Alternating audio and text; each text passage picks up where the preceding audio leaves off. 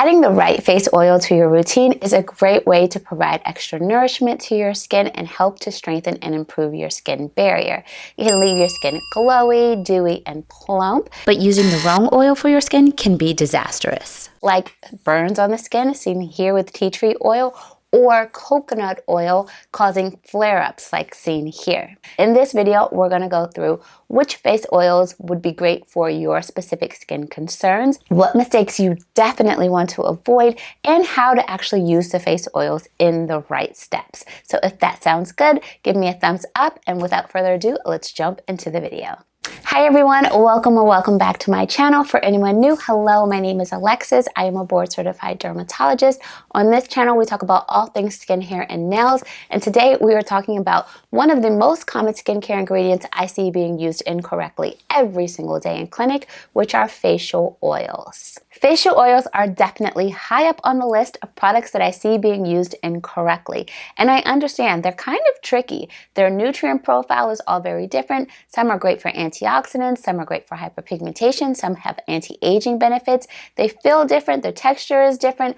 It can be really difficult to navigate which face oil is good for you. So that's what we're going to go through. Let's walk through the ones that you are most likely to encounter as you're walking down that skincare aisle. Let's first start off with the most powerful and potentially dangerous category, which are essential oils. So things like your peppermint oil, your tea tree oil, your lavender oils, these should never be used directly on the skin. You always want to dilute these in a carrier oil. The truth is you are more likely to end up with some skin barrier damage or irritation while using these. My advice is to go ahead and sidestep the essential oils when it comes to facial oils and move on to something that is much more beneficial like plant oils. So when you're thinking about plant oils, you're really thinking about your lipids, your fatty acids, and your omegas. These are chock full of minerals and antioxidants and vitamins that are good for you. They can yield immediate positive benefits on your skin when done correctly, or it can be completely pointless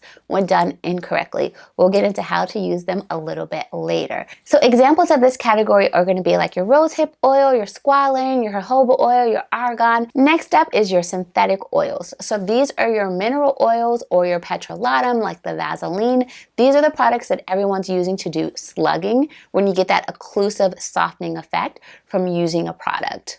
Now, treatment oils, which tend to be my favorite category, have a hefty concentration of active ingredients in them. So things like your vitamin C's, your retinols, or your hyperpigmentation treatment products can really fall into this category. Even a serum-based oil falls into this category. And then last but not least, we can't forget about cleansing oils. These are the products that really help to remove heavy-duty makeup or water-resistant sunscreen. They're basically oils mixed with surfactants or emulsifiers. So now that you know the most common categories of oils, let's start off with the number one mistake I see being made, and please, I don't want you to make this mistake, which is using your oil as a moisturizer. Oils are not moisturizers. A moisturizer is made up of three components. You've got your humectants, which are your water magnets. These are attracting water. To prevent water loss, moisturizers also have occlusives, so things like the mineral oil or the petrolatum. And then of course they have emollients. So these are the categories that we are focusing on today, like your plant oils, things like your squalane. These really help to soften the skin and also just protect the skin barrier. So as you can see, oils are just a piece of the moisturizing puzzle. They can really help to lock in the moisture that's already within the skin, and they can help to soften the skin. The second most common mistake I see being made is applying your oils in the morning.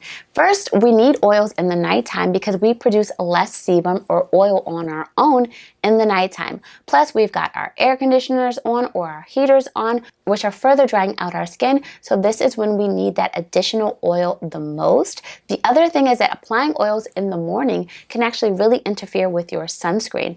It's possible that it won't set up properly, and that's just not worth the risk. Moving on to mistake number 3. So many people are applying way too much oil. You only need 1 to 2 drops for your entire face, guys.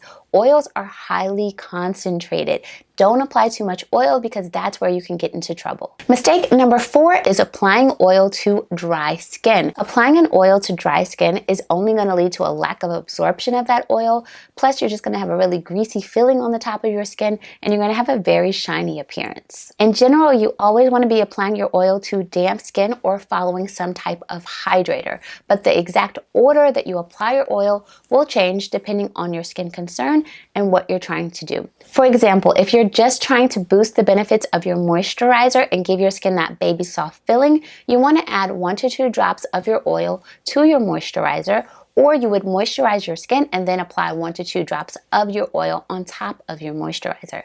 However, if you're using a treatment oil, so an oil with a high concentration of actives like vitamin C, retinol, etc., you would need to apply the treatment oil first, followed by your moisturizer, in order for the actives to actually get into your skin and do what they need to do. So let's walk through the correct way on how to layer a traditional facial oil featuring the e.l.f. Pure Skin products, who are collaborating with me on this portion of the video. e.l.f. makes super affordable and easily accessible products with simple and sound ingredients. And I know you guys love them because you've asked me many times to review them. So step 1 is, of course, to cleanse your skin. Choose a well-balanced cleanser like the e.l.f. Pure Skin Cleanser. This one is only $9 and it features so many amazing soothing ingredients like oat milk, allantoin, ceramides, glycerin, and niacinamides, and won't disrupt your skin barrier of its natural oils, which is extremely important. Now, after cleansing your skin and while your skin is still damp, you want to go in with a hydrating product. This could be an essence, a hydrating toner, or even a specific product that's going to target your concerns that has humectants in it. Now, note, this step is totally optional. You don't need to use an essence, a toner, or specifically targeted treatment, but I know a lot of you guys like to use them, so I definitely wanted to include it in the list of steps so that you know how and when to use your products. Now, if you don't have the need or desire to use essence, toners, or targeted serum, you can actually move right into your moisturizer, but just make sure your skin is still damp when you go to apply that moisturizer. The e.l.f. Pure Skin line offers a hydrating toner, again, only $9, featuring the oat milk, niacinamide, and glycerin and ceramides, but this time it has the addition of the aloe juice for extra humectants and hydrating properties, as well as glycolic acid, which has some mild exfoliating properties when used in this formula. On to step 3, which is when you're going to add your oil. So you can add a few drops of oil to your moisturizer, or you can moisturize and then add your oil, kind of like slugging. Adding an oil to your routine allows you to safely customize your routine to really address your exact skin type and concerns based on your fatty acid profile that you need. For example, this e.l.f. moisturizer is full of great ingredients. It's got your oat milk, your ceramides, and your niacinamide, but it does not have an oil rich in linoleic acid, which is something I personally love and I need in my routine. So I would reach for a plant-based oil rich in linoleic acid like hemp seed oil, and then voila, I have the perfect moisturizer for my skin. So just to recap, first you would cleanse, rehydrate, treat, and then apply either an oil to your moisturizer, or you would moisturize and then apply your oil. Now, the exception to this is if you are using a highly concentrated treatment oil. So in this case, you are cleansing, rehydrating, applying your treatment oil, followed by your moisturizer. Mistake number 5 is choosing the wrong oils for your specific skin concerns. So let's get into which are the best oils to address certain skin conditions, starting off with hyperpigmentation. You want to reach for oils that are rich in linoleic or alpha-linolenic acid. These actually have pigment inhibiting abilities. They also happen to be a lighter weight and faster absorbing, so a lot of people with acne or oily prone skin also like these oils. In fact, studies show that those with acne are deficient in linoleic acid, and using a product with linoleic acid in there can actually be very helpful for those with acne. Linoleic acid-rich oils are hydrating to the skin. They're full of antioxidants, and they also have properties to help regulate the enzymes that overproduce sebum and help to block the male hormone DHT. They can help to change the quality of your oil, making it go from sticky to more fluid and pliable, which is extremely helpful in those with acne-prone skin. Some examples include hemp seed oil, which is anti-inflammatory. It's rich in antioxidants, amino acids, and vitamin C.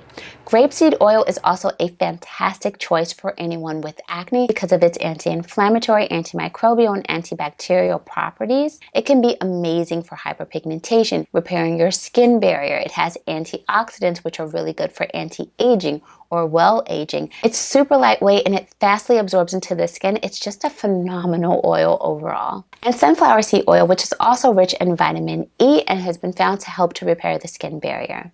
Next up are the best oils for anti-aging, which also happen to be really good for hyperpigmentation as well. Rosehip seed oil, which is everyone's favorite. It's great for mature skin or aging skin. It's got a natural source of vitamin A or retinoic acid. It can help with cell renewal and reversing the signs of aging, sunspots, hyperpigmentation, also great for acne-prone skin. So while it's not a complete alternative to retinols, it does have some great anti-aging properties without the risk of the irritation. Evening primrose oil is another great option that has very similar properties. Now, sea buckthorn oil seed has 50 times the amount of vitamin C as what's found in an orange. However, it is notorious for staining a lot of things because of that really rich color. Now, my friends with dry skin, you still want to reach for products rich in linoleic acid because it has so many fantastic benefits, but you want products that are a little more occlusive. Some examples of that would be something like the borage seed oil. Now, this one is rich in linoleic acids, but it definitely has a bit of a more heavy, greasy feel to it. Borage seed oil is one of the best sources of gamma-linoleic acid. It has potent anti-inflammatory properties, and it's both an occlusive and an emollient. And it can help to increase ceramide production. It's actually one of the best ways to mitigate irritation from strong actives like retinols, so it may be something that you want to incorporate into your routine as you're starting out a retinol. Some other oils that you may want to consider adding that are a little bit heavier but still full of antioxidant and skin nourishing benefits are things like argan or squalane. Alright guys, so just some advice overall when you're choosing your facial oils. You do want the oil to be unrefined, organic, and cold pressed. That way you're getting the highest concentration of antioxidants, vitamins, and minerals. You also want to make sure that you're never using an oil past its expiration date. Oils actually go rancid pretty quickly and they have a short shelf life. So you want to pay attention to this. If it smells funny, if it changes texture or color, you want to go ahead and toss it. You basically want to treat it like your vitamin C. So keep it in a dark, cool place. Try to minimize the air and light exposure so that it doesn't oxidize quickly. Also, try your best not to stick to just one plant oil. You really want a mixture of oils so you're getting different antioxidants and minerals and vitamins. For example, this one here by Urban Skin RX, this has your rosehip oil, your vitamins A, your vitamin C, and your vitamin E. So you're just getting a very well-balanced oil. Just like everything else that I kind of tell you guys in skincare, you want this to be well-balanced. You want to use products that have multiple different benefits to them and just minimize your skincare routine. So using a product with multiple different plant oils really help you accomplish that. And lastly, if you are exfoliating, this is the perfect time to use an oil to prevent yourself from waking up with any flaky patches on the skin the next day. I hope that you guys found this video helpful. If so, please give it a thumbs up. Don't forget to subscribe to the channel if you are not. Let me know what you want to see next. Please leave me a comment down in the box below. Until next time, guys, be well.